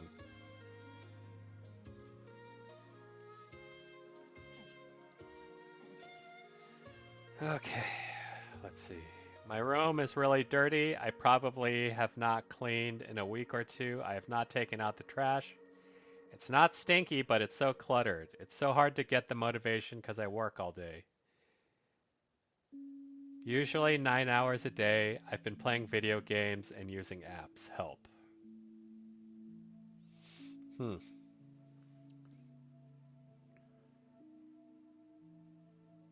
Motivation. 9 hours a day. Clean your room. There are probably spiders. Ah, God. That's not bad. E. If you don't clean your room, spiders will probably take up residence. But seriously. If you need motivation to actually clean house, try inviting people over regularly. I find that when most people can't muster up the effort to do things for themselves, they have an easier time doing it for other people. Tarragon, does it really feel good after cleaning your house? I think it feels good to activate my vacuum robot and let it do it for me. But that's just me.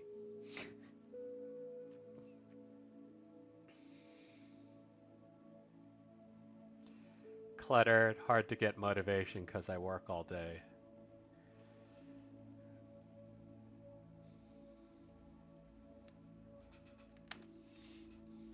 Also, if you're working that much overtime, I feel like you could probably afford a cleaning service.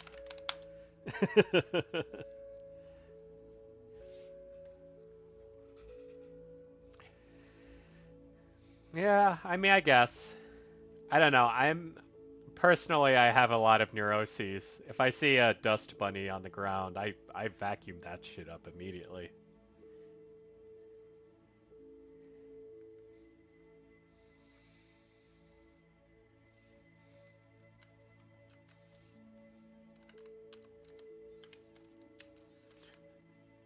Nine hours a day. I've been playing video games. I mean, clearly they've got the time. They're just really not putting in the effort.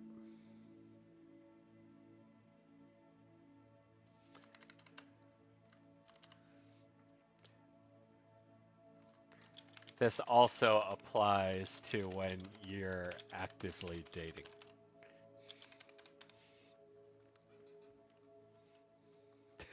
Something like that. We'll give them coffee for the motivation. To be honest, ever since I haven't had guests over on the house, I haven't cleaned up as much either. So that is true. I do get the feeling. I think I developed agoraphobia whilst being inside during COVID. It's been hard for me, especially because I'm at uni. I barely go out and my fridge has been empty for 2 weeks, but I'm afraid to go shopping. I barely even go to class. Advice? Oh. That's an interesting one.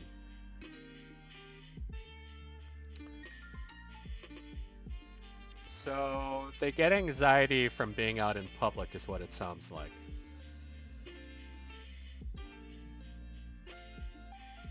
I barely even go to class. Advice.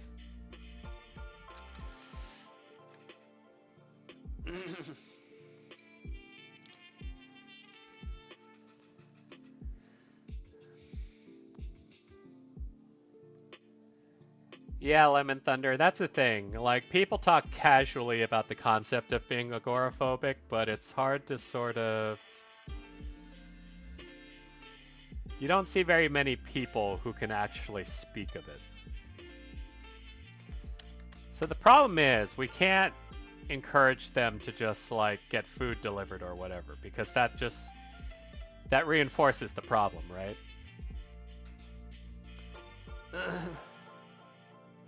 Let's see. Assuming you aren't already seeing a specialist for this. Right. Also expensive.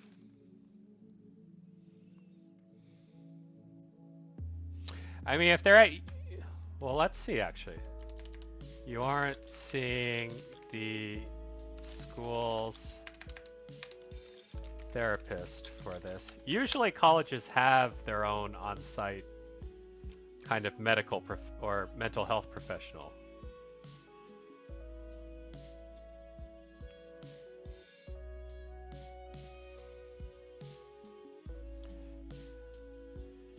You definitely want to start getting yourself in the habit of open exposure before this becomes a deep-rooted problem.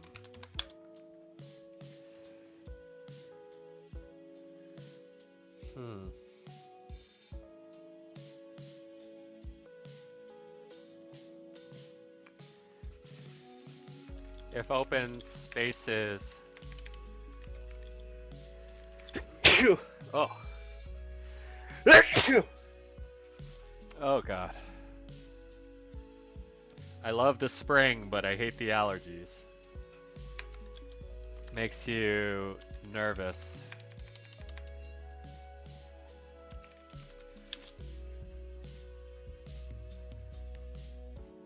Let's see. Barely even go to class. Barely go out.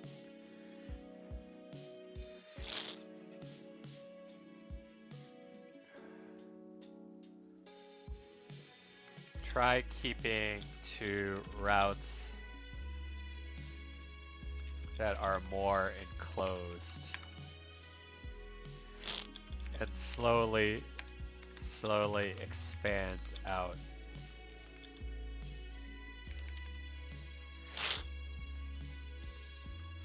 And slowly expand the size of areas you enter. Since it's also still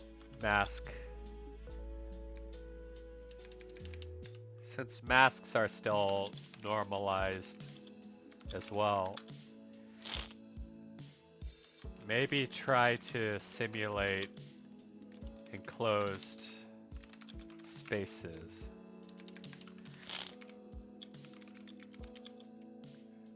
With a face shield. When going out.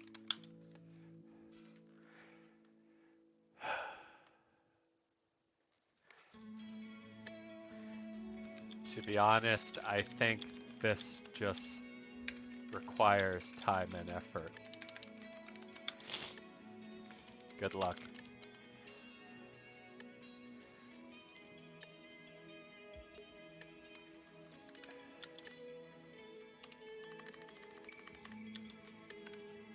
You should.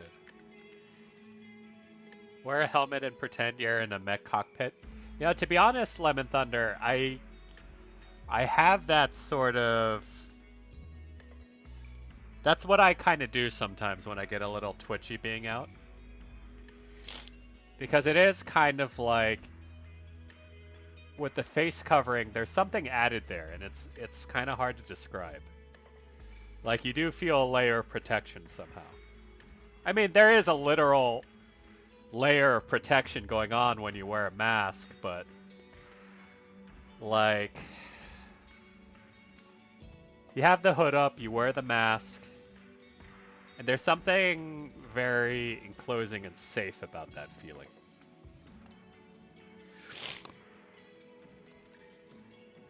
But yeah, honestly, it's just that they've let themselves get shut in too much. And I think they just kind of need to rehabilitate themselves slowly.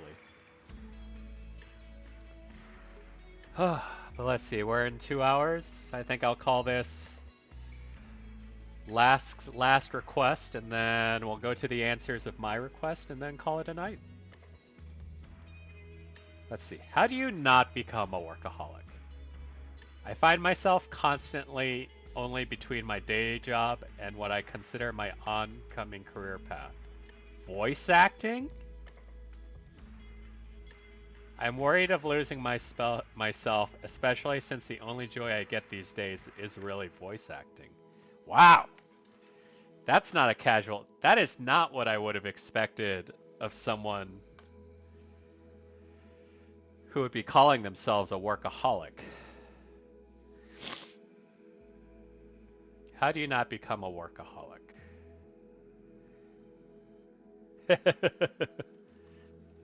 You know, it's funny because it's actually quite related to this this situation.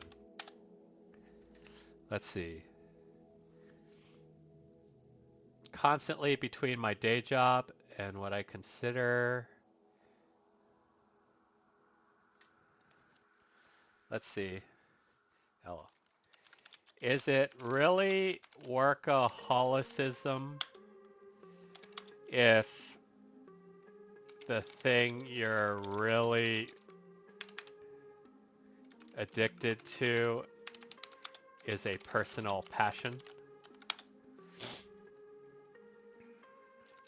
This seems like a short-term problem, if anything, since if voice acting works out for you, that can become your main gig.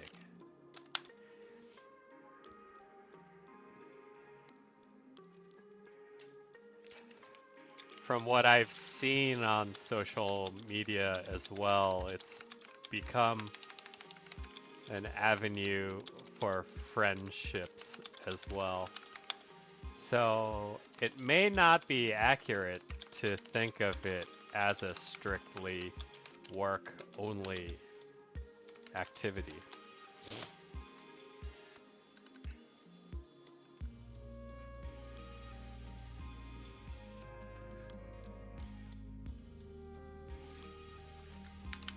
As long as you're having fun with it, I wouldn't worry too much about it being a problem.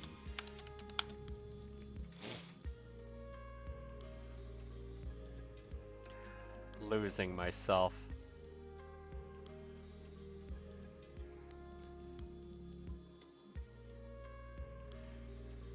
Become an avenue for friendships as well, so it may not be accurate to think of it as a strictly work-only activity. As long as you're having fun with it, I wouldn't worry too much about it being a problem. Let's see.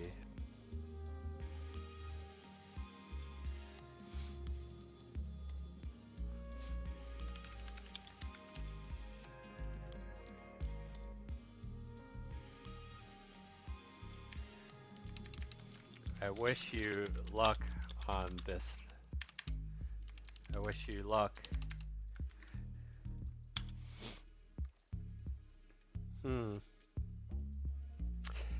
See, and this is the part where we can have fun with things, right? Because if this person's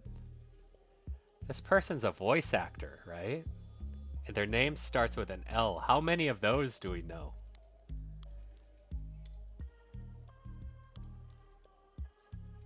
I think there's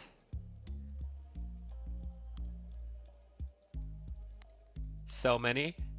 I can only think of one. I don't know if it's accurate. I'm like, you know, like I've been watching a lot of streamers, so obviously this is kind of like a dig on me, but like the first thing I thought was like, oh, Lily Pichu? But then it said day job, and I'm kind of like, I don't think streaming's necessarily a day job. But yeah, at the end of the day, I think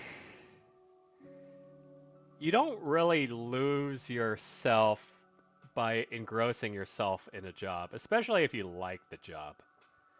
It's only a problem if you're not enjoying it.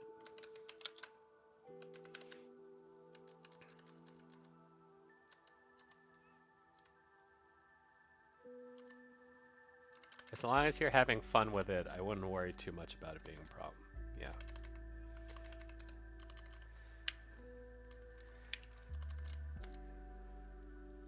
I mean, if they're concerned about it taking up their life now, imagine what happens when they start hitting the cons, right? What do we have? Do we have anything voice actor related? Cassette tape? We'll go with that. All right.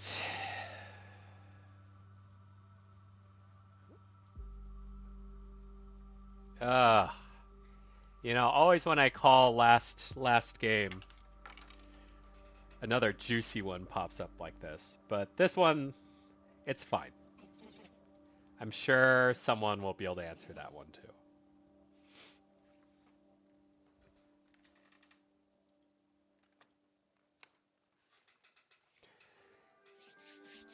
So, life news. Ugh. I kind of made an announcement to my boss that I would be resigning next month. It was bittersweet because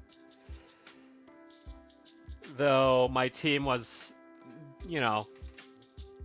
not exactly happy that I'd be leaving, they were very supportive of the idea. And my job situation was kind of tough because personally, I myself felt like I was dealing with a lot of work-life balance.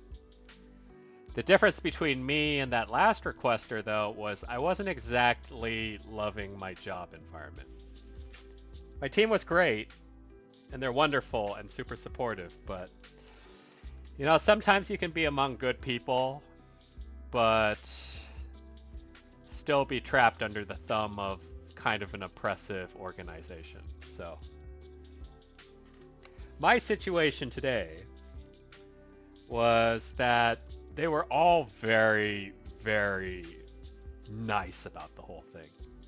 And being raised Asian, I don't know how to take positive reinforcement. I don't know how to take praise. I sit there and I'm like, thanks. Because I don't know how people take compliments, Like, you hear a compliment, but what do you say? Because there's always that weird silence after they say something really nice about you. And you've got to respond. But how do you respond? How do you respond in a way that doesn't seem like half-hearted or unappreciative? And I've literally been in situations where someone's been really nice or said a really nice thing, and then I had to marinate on it for like an hour and then send them an email after the fact being like, hey, I know I kind of come off standoffish, but like, I appreciate it. I'm just weird and don't know how to say it in the moment, so I'm sending you this email. And I think it's not an uncommon condition. But I think it's always a weird ass moment. And there are those people you meet in the world who like can't take compliments at all. Like they don't know how to respond to it. And sometimes they just respond to it in the wrong ways, right? So let's see. All of the time, I try to think of it like they're trying to articulate how much they care for me, and this is just how they're choosing to express it. Kind of like if someone says they'll pray for you and you're not religious or something to that effect. They're showing they care in a way that doesn't resonate with you, but their heart is in the right place. Best to get good at saying thank you and switching to a topic you enjoy talking about or find easier to relate with others on. I hope someday we both can be better with internalizing that positivity. So yeah, not that not that uncommon, I suppose. But yeah, I don't know. It's kind of like, and I equate this situation to like birthdays, right? Because how fucking weird is it ever not weird to anyone when you have your birthday and they bring out that fucking cake and everyone starts saying happy birthday to you and you're standing there like an idiot just staring at the cake because it's so uncomfortable to make eye contact with one of the multitudes of people in the room singing, just staring at you smiling? Oh god, it's pain. Happy birthday is the greatest pain in the universe.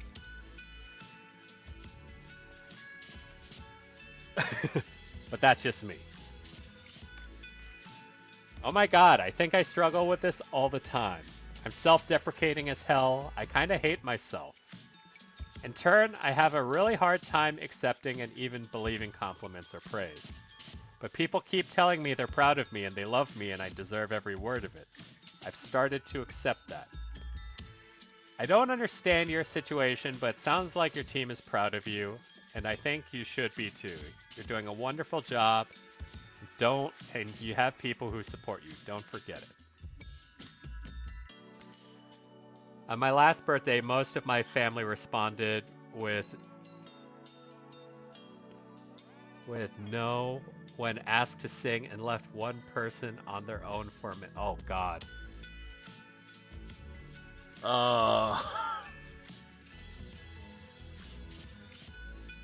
It's bad when someone tries to force it too, right? When one person's like, "Come on, guys," and then it's like trying to start a clapping ovation, but you're the only one clapping too. Sometimes you gotta kind of not try to be over positive, or realize that positivity is kind of awkward.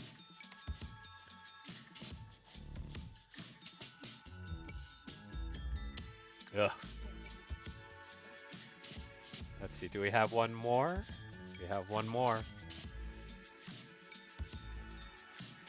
You're not really meant to...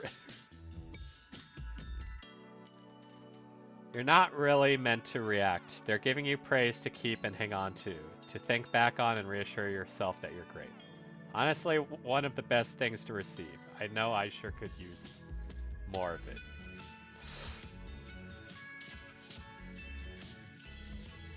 That... Am I being called spoiled?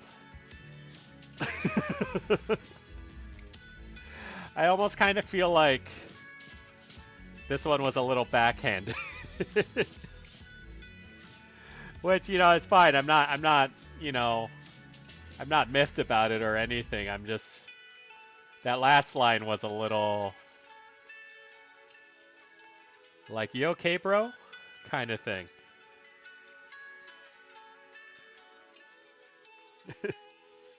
Yeah, Tarragon, I think that's accurate. It's cringe when they care more.